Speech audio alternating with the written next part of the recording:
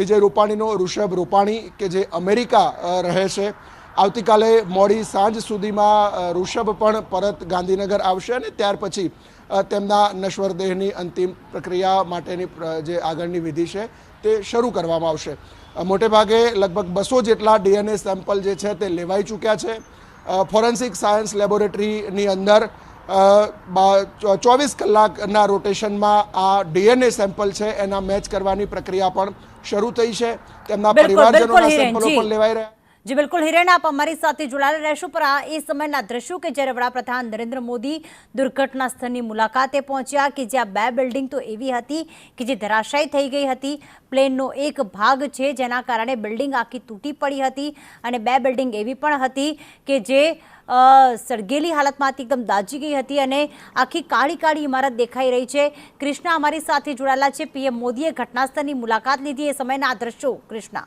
જી બિલકુલ પ્રીતિ, આ ઘટનાસ્થળની મુલાકાત લેવામાં આવી પ્રધાનમંત્રી નરેન્દ્ર મોદી તરફથી. એ સમયના દ્રશ્યો છે. ઘણા બધા નેતાઓ ત્યાં પહોંચ્યા હતા. ગઈકાલે પણ આપણે આ સિલસિલો જોયો હતો. આખી રાત કાટમાળ હટાવવાની કામગીરી કરવામાં આવી હતી અને અત્યારે છેલ્લા સ્ટેજમાં એ કામગીરી ચાલી રહી છે. પણ પ્રધાનમંત્રી મોદી ત્યાં પહોંચ્યા હતા કારણ કે ખબર છે આપણને કે એક જ મિનિટની અંદર આ આખી દુર્ઘટના ઘટી ગઈ હતી અને ડોક્ટર્સ, એ છાત્રો કે જેઓ બપોરના સમયે 1:40 કલાકે ત્યાં જમવા માટે પહોંચ્યા હતા, કોઈક પોતાની ડ્યુટી પરથી પરત ફર્યા હતા અને એ જ સમયે આ દુર્ઘટના બની હતી. અને જેમને ક્યારેય કલ્પના પણ નહોતી કરી, વિચાર્યું પણ નહોતું, જેમનો કોઈ વાંક નહોતો, તેઓ આ પ્લેનમાં પણ નહોતા બેઠા અને કોઈએ કલ્પના નહોતી કરી એવી મોટી આ દુર્ઘટના ઘટી ગઈ. 24 જે અન્ય લોકોના મૃત્યુ થયા છે તેમાં વિદ્યાર્થીઓ છે અને અન્ય કેટલાક ત્યાં રહેણાંક વિસ્તારમાં રહેતા લોકો પણ છે, પરંતુ હજુ એ તેમના નામ જાહેર કરવામાં નથી આવ્યા કે કોણ છે, કારણ કે DNA સેમ્પલિંગની કામગીરી સતત ચાલી રહી છે. ગઈકાલે આપણે સાંભળ્યું કે કેન્દ્રીય ગૃહમંત્રી અમિત શાહ પણ પહોંચ્યા હતા અને તેમણે કહ્યું કે 1000 કરતાં વધારે DNA સેમ્પલ્સ કરવા પડશે, પરંતુ ગુજરાતમાં એ વ્યવસ્થા છે એટલે બહાર નહીં જવું પડે. પણ તાબડતોબ આ કામગીરી શરૂ કરવામાં આવી છે. જે પણ લોકો મૃત્યુ પામ્યા છે એમના પરિજનોને બોલાવી લેવામાં આવ્યા છે અને એમના DNA સેમ્પલ્સની કામગીરી પણ લેવામાં આવી રહી છે. કેટલાક લોકો ગંભીર રીતે ઇજાગ્રસ્ત છે, જે ડોક્ટર્સ કે જેઓ જમી રહ્યા હતા. એ સમયના દ્રશ્યો આપણે ગઈકાલે જોયા હતા કે કેવી રીતે આખી બિલ્ડિંગ તૂટી ગઈ હતી. એ મેસ વાળો વિસ્તાર હતો કે જેની અંદર લોકો જમી રહ્યા હતા. એ થાળી પણ આપણે જોઈ હતી અને અચાનક જ આ દુર્ઘટના બની. કેટલાક લોકો ત્યાં ઘટના સ્થળે જ ભડથું થઈ ગયા હતા, મૃત્યુ પામ્યા હતા, તો કેટલાક લોકો ખૂબ ગંભીર રીતે ઇજાગ્રસ્ત થયા હતા કે જેમને તાબડતોબ બાજુમાં જ રહેલી સિવિલ હોસ્પિટલમાં સારવાર અર્થે ખસેડવામાં આવ્યા હતા. પરંતુ 2 ભાવનગરના એ છાત્રો હતા, એક ગ્વાલિયરનો છાત્ર હતો. આ ખૂબ જ પ્રખ્યાત નામચીન હોસ્પિટલ છે, મેડિકલ કોલેજ છે, એટલા માટે ન માત્ર ગુજરાતના પરંતુ અન્ય રાજ્યોના પણ વિદ્યાર્થીઓ અહીંયા ભણવા માટે આવ્યા હતા. ડોક્ટર્સ અહીંયા, ઇન્ટર્ન તબીબો અહીંયા હતા અને તેઓ ડ્યુટી કરી રહ્યા હતા.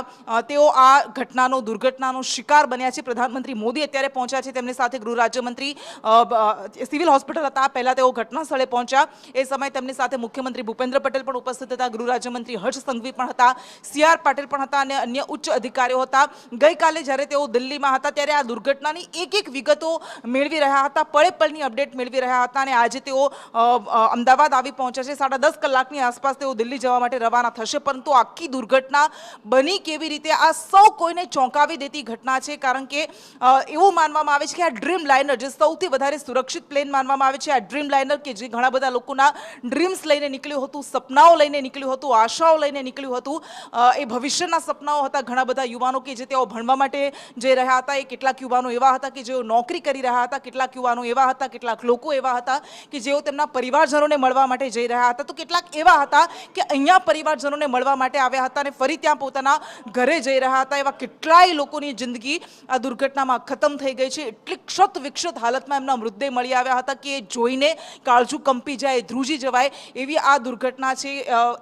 એ પરિવાર પર શું વીતી હશે આપણે કલ્પના પણ ન કરી શકીએ કે જેઓ પોતાના પરિવારજનના માથા ધડથી અલગ થઈ ગયા હોય તેવા શરીર જોશે ત્યારે કેટલી રાતો સુધી તો એમને ઊંઘ નહીં આવે, ટ્રોમામાં સરી પડશે. એ સ્વાભાવિક છે કારણ કે એમના વહાલ સોયા પરિજનો આ દુર્ઘટનામાં મોતને ભેટ્યા છે. કેટલાય લોકો એવા છે. ગઈકાલે આપણે એક દીકરીને કહેતા સાંભળી હતી કે મારી મમ્મી પહેલી વખત આ વિમાનમાં બેઠી હતી અને છેલ્લી વખત એણે અમને ગુડ બાય કહી.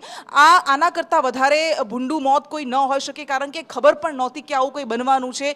હસતા હસતા ચહેરે સૌ કોઈ એકબીજાને અલવિદા કહી રહ્યા હતા, વિદાય કહી રહ્યા હતા અને એક જ મિનિટની અંદર ક્ષણભરમાં એવું થઈ ગયું કે કોઈ એ વિચારી પણ ન શકે, સમજી પણ ન શકે કે આ શું થઈ ગયું છે. આપણે જોયું હતું કે ગઈકાલે પણ પ્રાર્થના અને દુઆઓનો દોર ચાલ્યો હતો, પરંતુ એમાં એ ન કામ કરી શકી, કારણ કે આ ખૂબ જ એવી દુર્ઘટના છે કે જેમાં 265 લોકો હતભાગી થયા છે, જેમાં ડોક્ટર્સ પણ છે, એ પેસેન્જર્સ પણ છે. અત્યારે તપાસ કરવામાં આવશે, પરંતુ પ્રધાનમંત્રી નરેન્દ્ર મોદી કે જેઓ ઘટના સ્થળે પહોંચ્યા હતા અને ત્યારબાદ સિવિલ હોસ્પિટલ પહોંચ્યા હતા, એ દર્દીઓ કે જેઓ ઇજાગ્રસ્ત થયા છે, એ ડોક્ટર્સ કે જેઓ ઇજાગ્રસ્ત થયા છે, એમની મુલાકાત લીધી, એમના ખબર અંતર પૂછ્યા હતા. અને એકમાત્ર એ રમેશ વિશ્વાસ કુમાર કે જે કોયડું બની ગયો છે, એમણે કહ્યું કે અચાનક જ પ્લેન ઉડ્યું, 30 સેકન્ડની અંદર પ્લેન બે ભાગમાં વહેંચાઈ ગયું, હું ક્યાંક ફંગોળાઈને નીચે પડી ગયો, અને જ્યારે મારી આંખ ખુલી ત્યારે આસપાસ બધી જ જગ્યાએ માત્ર કાટમાળ અને ડેડ બોડી હતી.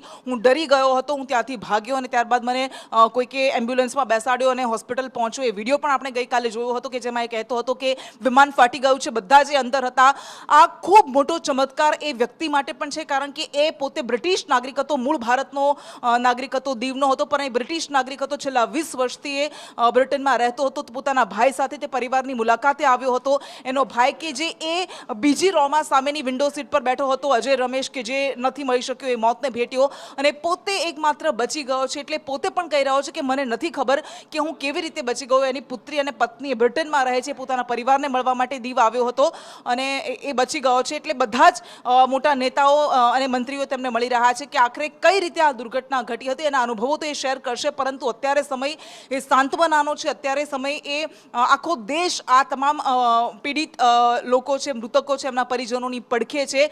ટાટા તરફથી આપણે ગઈકાલે જોયું હતું કે ટાટા ગ્રુપ તરફથી 1 કરોડની સહાયની જાહેરાત કરવામાં આવી છે, પરંતુ જે મોન્ટ્રીયલ કન્વેન્શન ટ્રીટી છે એ પ્રમાણે 1.5 કરોડની સહાયની જાહેરાત કરવી પડશે અને 365 કરોડની આસપાસ આ બધા જે મૃતકો છે એમના પરિજનોને આપવા પડશે.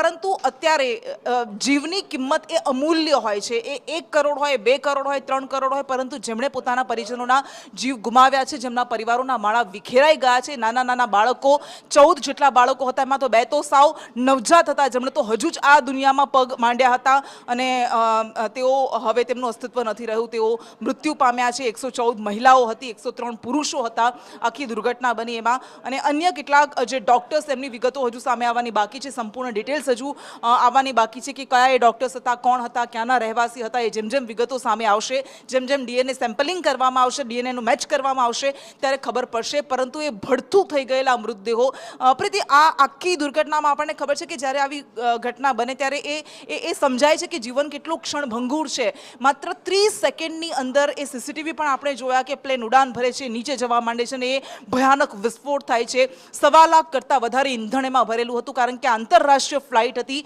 એ 8200 કલાકનો અનુભવ ધરાવતા પાયલટને એની જવાબદારી સોંપવામાં આવી હતી. એની સાથે ક્લાઇવ કુંદર કે જેને 1100 કલાકનો અનુભવ હતો.